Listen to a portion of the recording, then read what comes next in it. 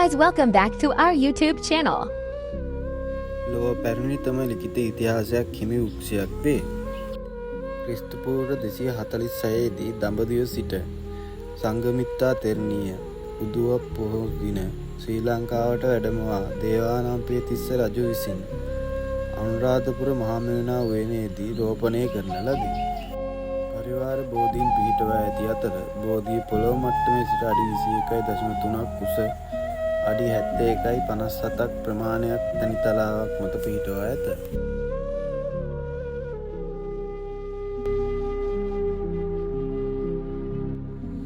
ක්‍රිස්තු පූර්ව 137 දී දුටුගැමුණු රජතුමා විසින් කරවන ලද මේ ස්තූපය එවකට තිබූ ස්තූප අතරින් විශාලතම ස්තූපය වේ. එබැවින් මෙම ස්තූපයට මහා සෑය යන නමද භාවිතා වේ. එකල උස වඩුරියන් 120ක් පමණ වේ. වර්තමාන උස අඩි 338ක්ද වට ප්‍රමාණය අඩි 942ක්ද වේ. ඊය බුබුලක් හැඩය පෙන්වන මෙම ස්තූපයට රත්නමාලි, ස්වර්ණමාලි, වන්මෑලි, රුවන්මැලි යන නම්ද පටබැඳ තිබේ. දුටුගැමුණු රජතුමාට සම්පූර්ණ කිරීමට නොහැකි වූ මෙම ස්තූපය ඔහුගේ සොහොයුරු තිස්ස කුමාරයා විසින් සම්පූර්ණ කරන ලදී.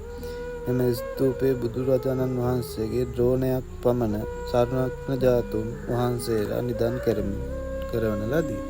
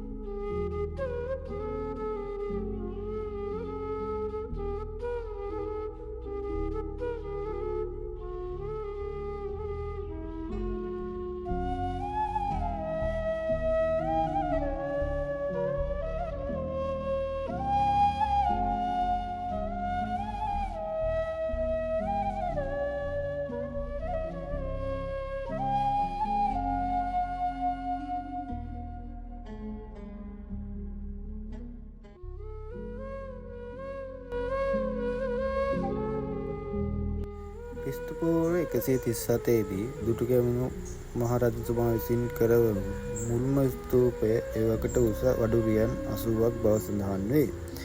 වඩුරියනක් යනු අඩි 2.5යි.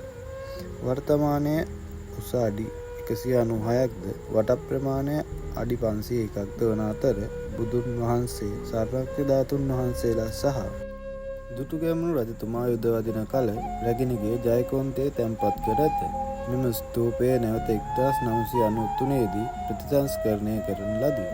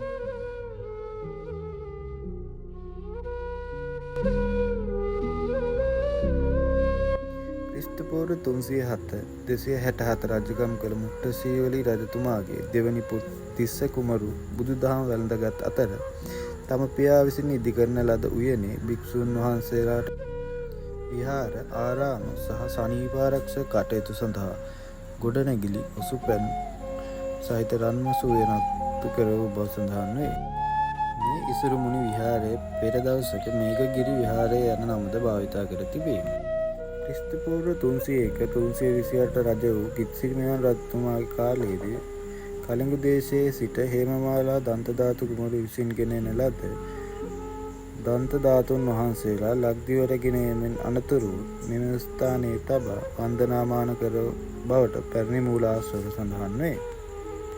ඒ වගේම පීතෘ ඝාතකයෙකු වූ කාශ්‍යප රජතුමා භික්ෂූන් වහන්සේලාගේ හා රටවැසියන්ගේ හිත දිනා ගැනීමට මෙම ඉසුරුමුනි විහාරයේ කෙත්තතු හා නොයෙකුත් උදව් උපකාර කළ බවද ඔහු විසින් මෙම ස්ථානයේ බෝය උපුල්වන් පෙහෙර යනුවෙන්ද නම් කර තිබේ.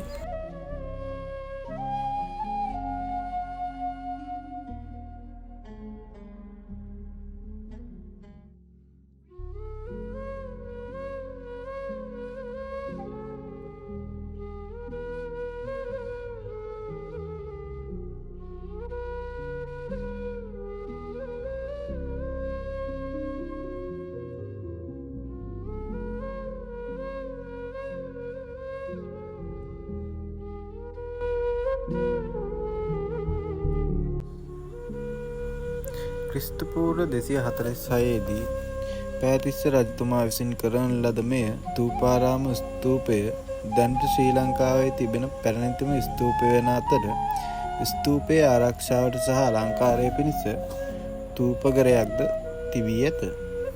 එනම් ආරුක්කු හැඩයට ගල්කණු මත වහලක්. වර්තමාන උස අඩි ප්‍රමාණය අඩි 68ක්ද වේ. බුදුරජාණන් වහන්සේගේ දකුණු අකු ධාතුව තැන්පත් කරමින් සාදවා තිබේ. ගාන්ඨාර හැඩයක් දක්නට තිබේ.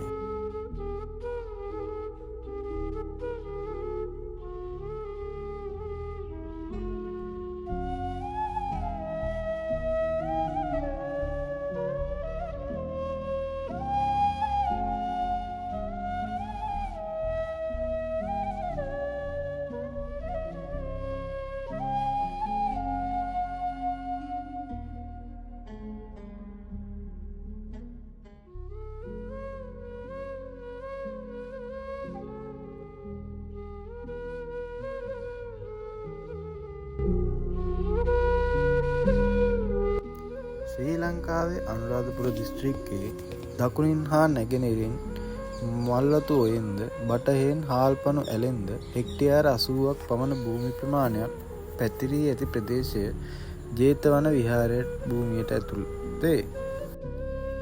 ක්‍රිස්තු පූර්ව 250 210 තුළ මිහිඳු රහතන් වහන්සේ ලංකාවට වැඩම වූ කල ලංකාවාසී ජනතාව මුළුම ධර්ම දේශනා කළ ස්ථානීය වශයෙන් හැඳින්වෙන මෙම ප්‍රදේශය නන්දන නම් උයන විය.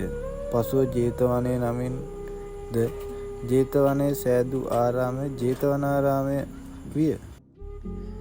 ක්‍රිස්තු පූර්ව 276 300 අතර කාලය තුල මහසෙන් රජතුමා විසින් කරන ලද උස ප්‍රමාණය අඩි 400කින්ද වට ප්‍රමාණය අඩි 1147කින්ද අක්කර 8ක සලපතන මළුවකින් සමන්විත මෙම ජේතවන ස්තූපය බුදුන් වහන්සේගේ පාට ධාතුන් වහන්සේද දන්ත ධාතුන් වහන්සේද තැන්පත් කරමින් දැන්ට නටබුන් වල පවතින ගඩොලින් නිම කරන ලද ලෝක විශාලතම ස්තූපය වේ.